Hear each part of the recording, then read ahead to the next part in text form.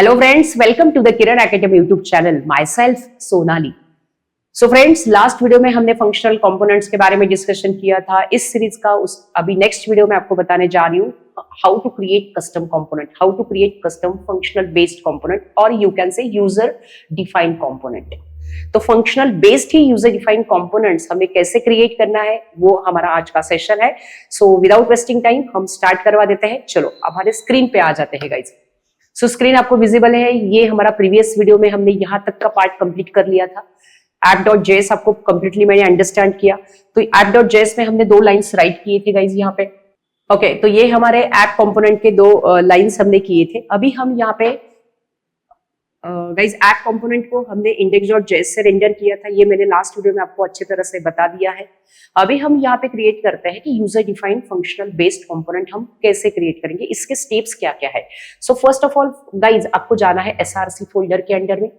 src folder पे जाते हैं आप लोग। src फोल्डर पे राइट क्लिक करना है, न्यू करना है और यहाँ पे फाइल का नेम मेंशन करना है। फाइल का name means what, components name. अभी मैंने आपको क्या बताया, जब आप कोई नया कंपोनेंट क्रिएट करते हैं, अभी हम हमारे चॉइस का कंपोनेंट बना रहे हैं, तो कंपोनेंट्स क्रिएट करते तो उसके कुछ रूल्स आपको याद रखना है। So components always name it should be start from capital letter. तो ये हमेशा कैपिटल लेटर पे नेम होना जरूरी है और उस फाइल का एक्सटेंशन .js या तो .jsx होना ही चाहिए। ये 2 रूल्स आपको कंपलसरी याद रखना है गाइस। तो हम नया कंपोनेंट बनाने जा रहे हैं जिसका नाम हमने रखा है फर्स्ट नाम से हम कंपोनेंट क्रिएट करने जा रहे हैं। .jsx या js, जो भी आपको लगे, JSX से बना लो, JS से बना लो, एंटर करवा देना। तो हमने यहाँ पे फर्स्ट नाम JSX से हमने एक कंपोनेंट क्रिएट किया है। बट ये किस तरीके का कंपोनेंट बनाना चाहते हैं आप लोग, तो हम इस तरीके, अभी हमने क्लास बेस तो पढ़ा नहीं है, हम first.jsx को एक फंक्शनल बेस्ड कंपोनेंट बनाना चाहते हैं।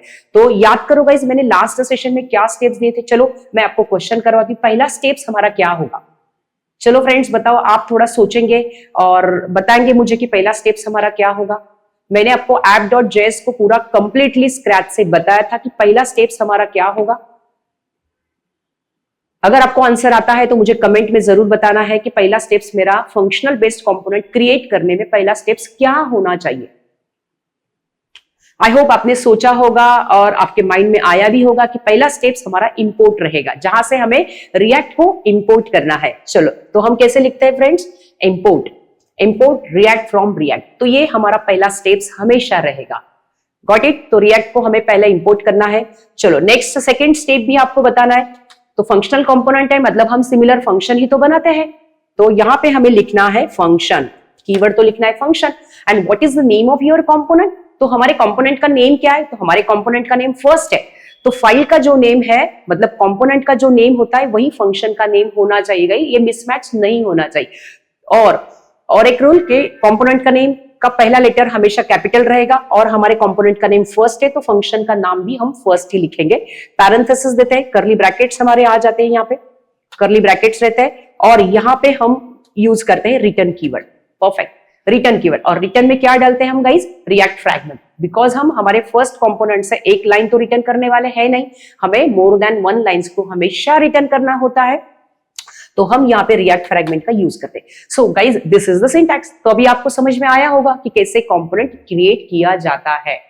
चलो तो हम सिंपल यहाँ पे एक एक लाइन को रेंडर करना चाहेंगे। यहां से हम क्या रेंडर करना चाहते हैं गाइज, तो सिमिलर वे से यहां से P में हमने लिखा है this is first component, that's it. This is first component लिखा हमने, component, this is first component हमने लिखा हुआ है। और आप इसका अगर CSS देना चाहते हैं, CSS का हम नेक्स्ट वाले आने वाले वीडियोस में जरूर डिस्कस करेंगे। अभी हम ओनली फोकस करने जा रहे हैं कंपोनेंट के ऊपर गाइस। तो हम यहाँ पे एक्सर्च अभी कोई स्टाइल देने वाले तो है नहीं। और भी आप कुछ लाइंस अगर लिखना चाहते हैं, कुछ कैलकुलेशन करना चाहते हैं तो आप जरूर यहाँ पे कर सकते हैं। ठीक है, तो अभी के लिए हमने एक लाइन दे दिया, या फिर हम कुछ यहाँ पे लिखना चाहते हैं react is front end technology, just एक लिख दिया हमने। ओके, और एक टेक्स्ट हमने ऐड करवा दिया। तो ये 2 लाइंस हमने अभी first.jsx पे राइट किया है। चलो तो इसको ये ऑलरेडी ऑटो सेव किया है। और एक हम कंपोनेंट बनाना चाहते हैं गाइज, तो src पे, और अगर आप ये फर्स्ट कंपोनेंट पे हमने तो लिखा है। हाँ, पहले हम देखते हैं कि इस कंपोनेंट के ये जो कंपोनेंट पे हमने जो लाइंस राइट किए हैं, क्या हमें ये ब्राउजर पे दिखेंगे? क्या होगा? सोचो जरा, आपको क्या लग रहा है? हाँ, और एक स्टेप हम भूल गए गाइज यहाँ पे। कंपोनेंट जब भी आप बनाते हैं तो उसको एक्सपोर्ट करना जरूरी है। Got it? तो आप एक्सपोर्ट, जैसे आपने फर्स्ट कंपोनेंट क्रिएट किया तो इसको एक्सपोर्ट तो हमने किया नहीं, तो हमें इस फर्स्ट कंपोनेंट को एक्सपोर्ट करना होगा। तो हम यहाँ पे लिखेंगे एक्सपोर्ट डिफॉल्ट, ताकि हम यहां से अगर एक्सपोर्ट करें तो फर्स्ट कंपोनेंट को दूसरे जेएस फाइल से हम उसको कॉल कर सकते हैं। तो यहां से हमें फर्स्ट कंपोनेंट को एक्सपोर्ट करना होगा। Got it? चलो, यहां से हमने एक्सपोर्ट करवा लिया। क्या अगर हम ये एप्लीकेशन को रन करते हैं, चलो देखते हैं पहले तो हमारा एप्लीकेशन सक्सेसफुली रन है या कंपाइल सक्सेसफुली हो चुका है, ये हम देखना चाहते हैं गाइज। या फिर उसको कंट्रोल सी करके टर्मिनेट करके फिर से एनपीएम स्टार्ट करवाते हैं। एनपीएम स्टार्ट करवाते। क्या आपको लगता है, थोड़ा सोचना है गाइज, कि first.js का आउटपुट ब्राउजर पे दिखेगा? बिल्कुल नहीं। तो ये जो दो लाइंस दिख रही, ये हमारे ऐप कंपोनेंट की लाइंस है। बट अभी आपने first.js नाम का कोई नया कंपोनेंट बनाया, वो हमें दिखेगा कैसे? उसको तो हमने कहीं से रेंडर किया है नहीं, वो तो जस्ट बना हुआ है, बट उसका रेंडरिंग तो हुआ ही नहीं है। वो कहां से दिखना चाहिए?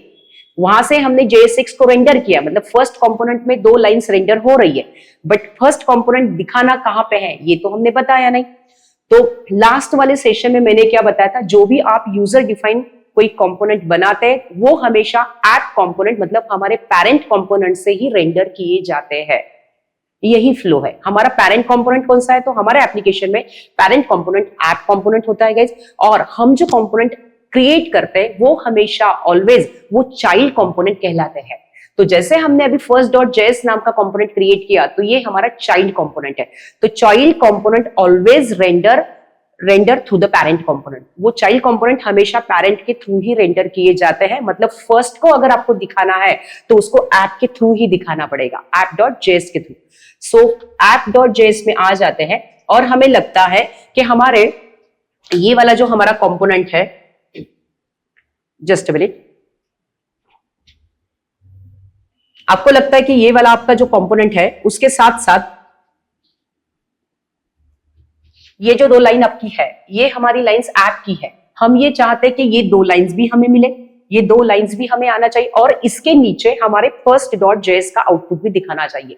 बिकॉज फर्स्ट को अगर रन करना है तो ऐप के थ्रू ही हमें रन करना होगा, दूसरा ऑप्शन है ही नहीं।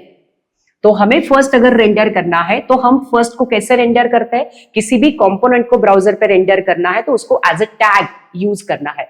तो कैसे यूज करेंगे? जैसे देखो, मैंने यहाँ पे लिखा आपका फर्स्ट वाला कंपोनेंट होगा, तो आप कुछ इस तरीके से उसको दिखाएंगे, ऐसे इस तरीके से आप दिखाएंगे। कैसे? परफेक्ट है, इस तरीके से ऐसे हमें नीचे लाइन में लिखना पड़ेगा। चलो तो इसको ट्राई करवाते हैं। अभी इसको ट्राई करवाते हैं हम लोग। मैं अगर यहां पे लिखूं फर्स्ट, देखो मुझे अगर यहां से फर्स्ट कंपोनेंट को रेंडर करना है तो ओपन एंड क्लोजिंग, क्या करना है आपको? ओपन एंड क्लोज, टैग को ओपन करना है एंड क्लोज करना है। सो होगा कैसे कि हमें पहले ये दो लाइंस का कोड दिख जाएगा, देन हमें first.js में आपने जो लिखा है वो कोड हमें मिल जाएगा। चेक करवाते हैं अभी हम, हमारे app.js तो ऑलरेडी ब्राउजर पे रेंडर हो रहा है और उसके साथ साथ first.js का कोड भी दिखाई दे रहा है कि नहीं, वो चेक करवाते हैं। और यहाँ पे देखो एक एरर आप ऑब्जर्व करो guys, first is not defined in react.jsx। तो वो ये बोल रहा है कि react.jsx फाइल में फर्स्ट आपने डिफाइन किया ही नहीं है। हाँ, तो एक स्टेप क्या है मिस आउट? तो हमेशा बहुत सारे स्टूडेंट हमेशा ये प्रॉब्लम करते हैं कि फर्स्ट को तो यहां से दिखा रहे, बट उसको इंपोर्ट करना यहाँ पे जरूरी है। बताया मैंने लास्ट सेशन में भी बताया था, जैसे ऐप को आपने index.js से रन किया था, ये देखो index.js से हमने ऐप को रेंडर किया था, तो ऐप का इंपोर्ट स्टेटमेंट आप यहाँ पे देख पा रहे हैं। वैसे सिमिलर वे से app.js से अगर आप first.js को रेंडर कर रहे हैं तो फर्स्ट का भी इंपोर्ट स्टेटमेंट यहाँ पे मिलना चाहिए। मतलब app.js को फर्स्ट कंपोनेंट फाउंड होना चाहिए। तो आपको यहाँ पे लिखना पड़ेगा इंपोर्ट फर्स्ट, ये देखो आ जाता है आपको इंटेलिजेंस में, एंटर दबा दो।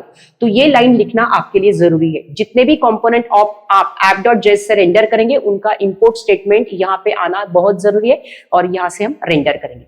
तो देखना चाहते हैं गाइज हम लोग, यहाँ पे आ गए तो आप देख पा रहे हैं आपके स्क्रीन पे ये दो लाइंस जो है ये आपकी app.js की है, और नीचे के जो दो लाइंस है ये आपकी first.jsx की है। ओके तो इस तरीके से गाइज आप लोग कंपोनेंट्स, अलग अलग तरीके के कंपोनेंट्स बना सकते हैं। तो मैं आपको एक टास्क देना चाहती हूँ ऑल स्टूडेंट को, आप सेकंड एंड थर्ड नाम का 2 कंपोनेंट आपको बनाने हैं। आप सब लोगों को एक टास्क है, नेक्स्ट सेशन में इसके बारे में जरूर हम डिस्कशन करेंगे।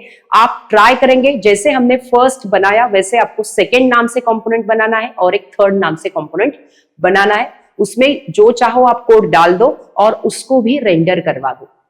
तो आई होप कि आपको ये समझ में आया होगा कि कैसे हम यूजर डिफाइंड कंपोनेंट बनाते हैं और उनको रेंडरिंग कैसे करते हैं।